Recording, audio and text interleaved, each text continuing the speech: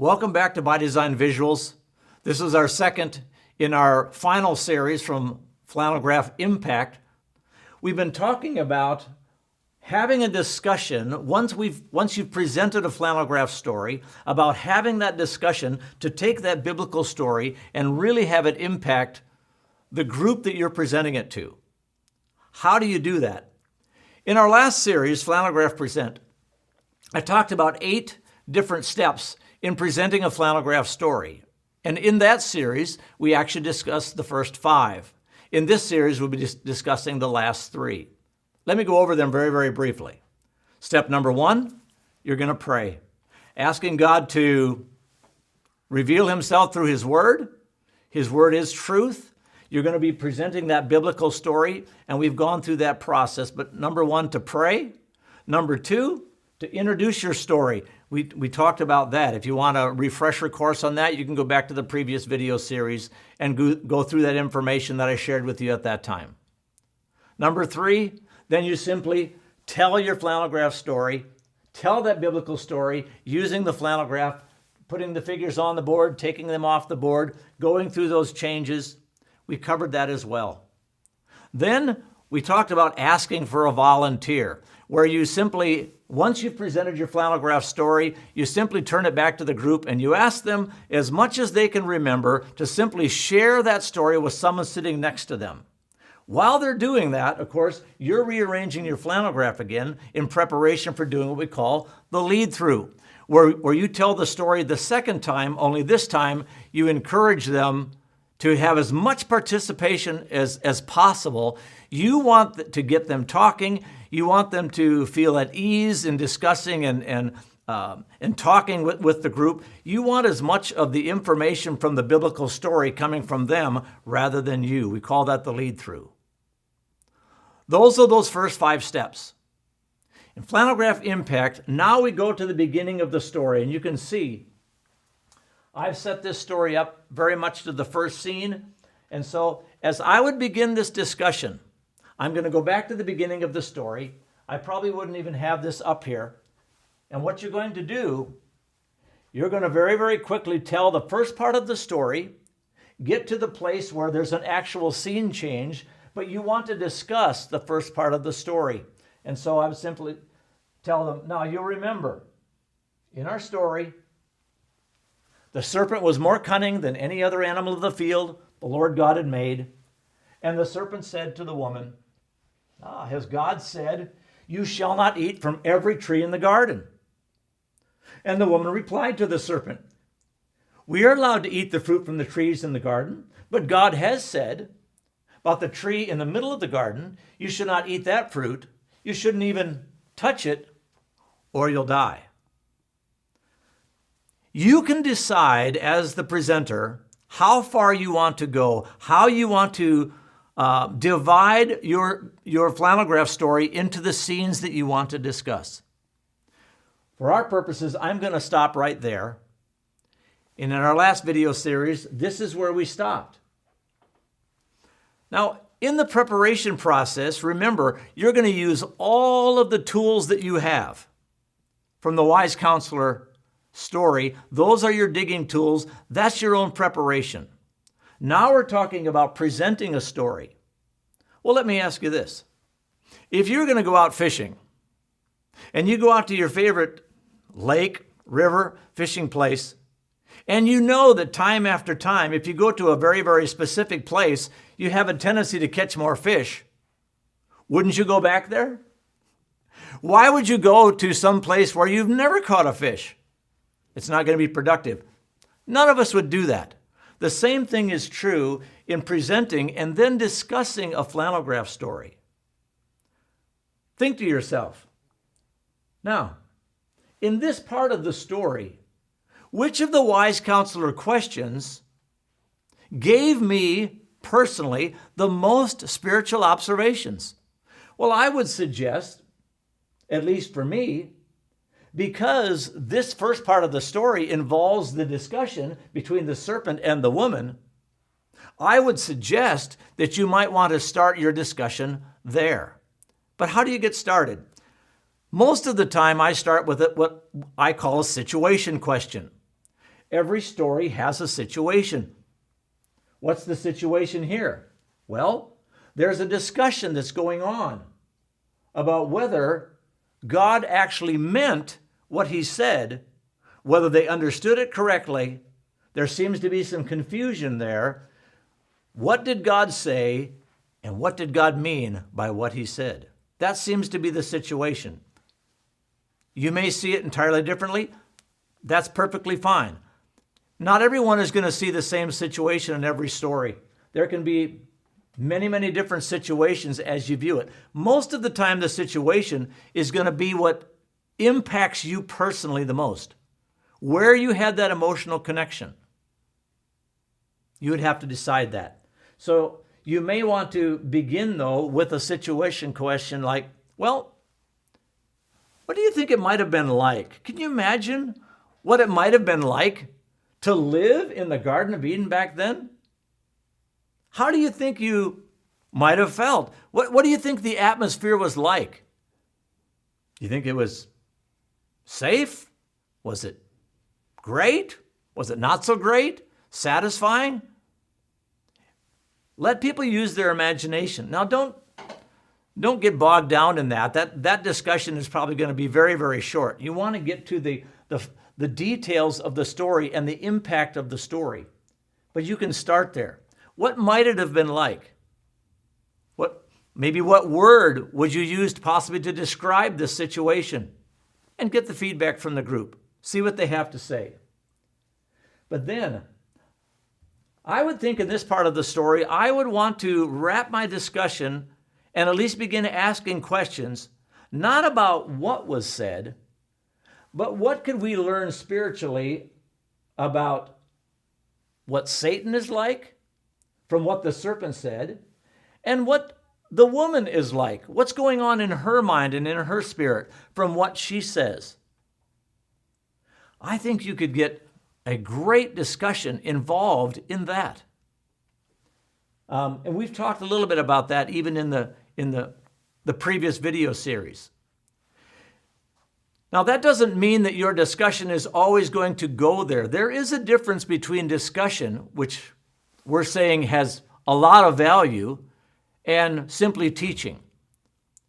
Teaching has its place, but this is about discussion. It's not about me giving all of my thoughts and all of my ideas that God has taught me, the spiritual discussion observations that I have, in presenting them to the group. That's teaching. There's time and there's value in that. But the better value is giving the opportunity through discussion for everyone in the group to be able to share the observations that they see.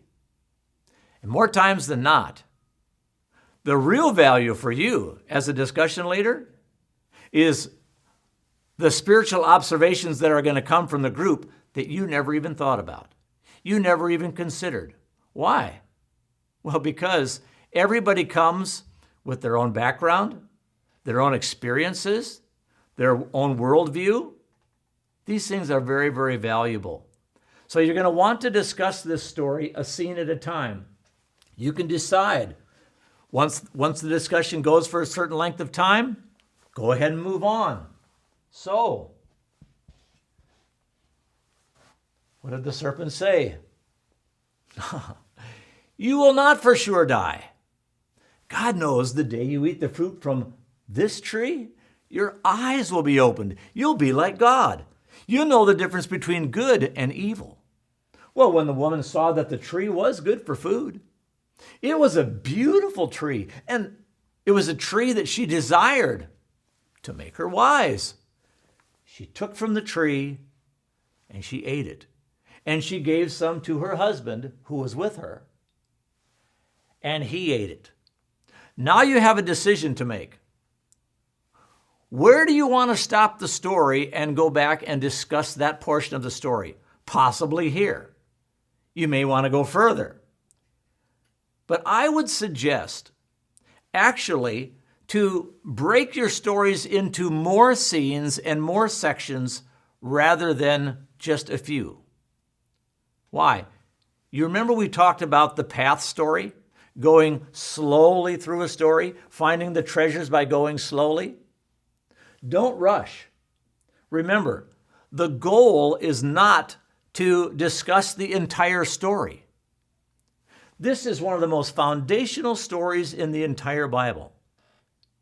You could and should have an ongoing discussion about this story again and again and again. Think of all the things that you could discuss in this story, from this story. How to resist temptation. You might want to deal with this story, and the next time you get together, consider the story from the life of Jesus, where he interacted with Satan in his time of temptation, real temptation. Look at the contrast. Discuss the two stories, put them together. Look at the contrast. Have a discussion about that. How did Jesus Christ respond compared to how the man and the woman responded in the garden? What was the outcome? You can have many, many discussions about that. What choices did the man and the woman make? Why is it that Adam didn't even say anything until God got involved and actually forced him to say something by asking him a question, saying, "Where are you?" And we haven't even gotten to that part of the story yet. Discuss the story section by section, and you can decide, as the storyteller, how far you want to go in the story. A number of years ago, I was doing flannelgraph training in a country in Asia, and everything was going very, very well. The students were very, very bright. They were very, very sharp. They picked up the flannelgraph principles and how to tell a story very, very quickly. And so through a translator, I was listening in to as they were presenting their stories. And when they got to this part of Flannelgraph Impact, where they were actually discussing the story, what I noticed is that everyone was going to the end of the story in their answers. And suddenly I had an insight. And so I called what we call a timeout. All right? If you're familiar with sports, sometimes you know coaches do that. Timeout. Let's stop everything. You see, what I realized is looking at their flannelgraph board, they had the flannelgraph set up with the last scene in the story. I don't think they were even aware of it, but simply because of how the flannelgraph was set up, they were going to the end of the story. So I went up, I took the flannelgraph apart, okay, and put it, the scene, the picture, just to the part we were discussing, just the first part. And you know what? It solved all the problems. You're going to discuss your stories scene by scene. But when you do that, change the flannelgraph so even visually you can interact with it during the discussion, but it lets the entire group know where we are in the story, what part of the story are we discussing, talking about. That's very, very valuable. Well, you'll recall, after they ate the fruit from the tree, here's a huge scene change, visually. Remember, the serpent said that their eyes would be opened, they would be like God. So they ate the fruit from the tree. And what does the story say? And their eyes were opened, but what they realized is they were naked. And they began to take fig leaves and try and sew them together to make coverings for themselves. That might be another great place to stop. Now, which one of the Wise Counsellor digging tools do you think we might get the most spiritual observations from? Well, certainly a choice was made. There were other choices. Hopefully you've discussed that. But now, don't we have result? Don't we have immediate impact? Their eyes were opened. Did they receive who is true? Who is telling the truth? The serpent or God? What was the immediate impact? Well, he goes on. Then they heard something. They heard the voice or the sound of the Lord God walking through the garden in the cool part of the day. What was their reaction? See, you can deal with this so easily with flannelgraph.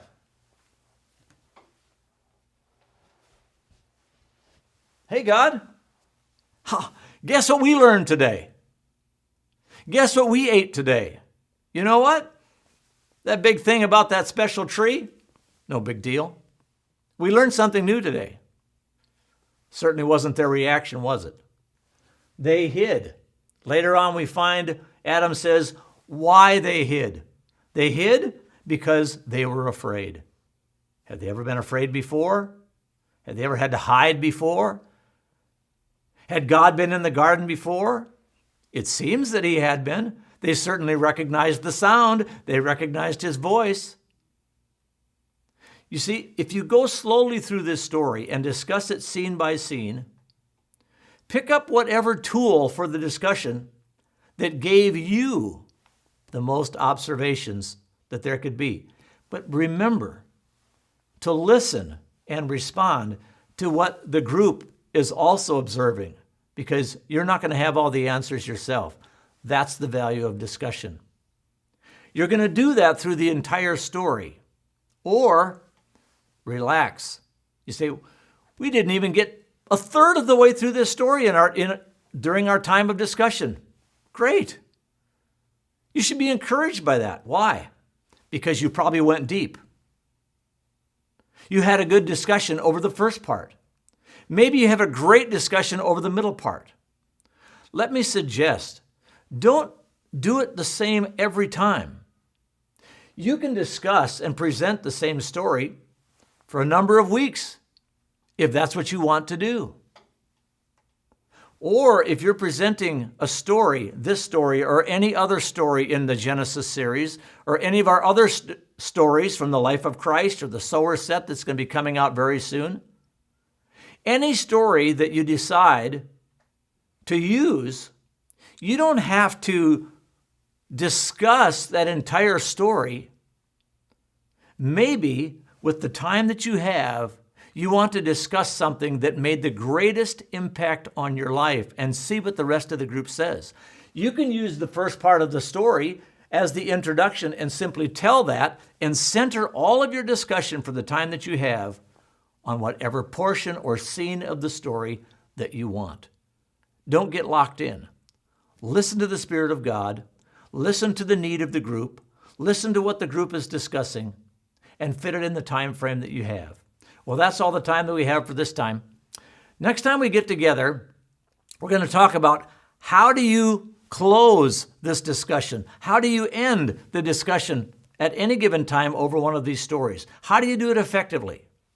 We'll be talking about that next time on Flannelgraph Impact. We'll see you then. Thanks for watching.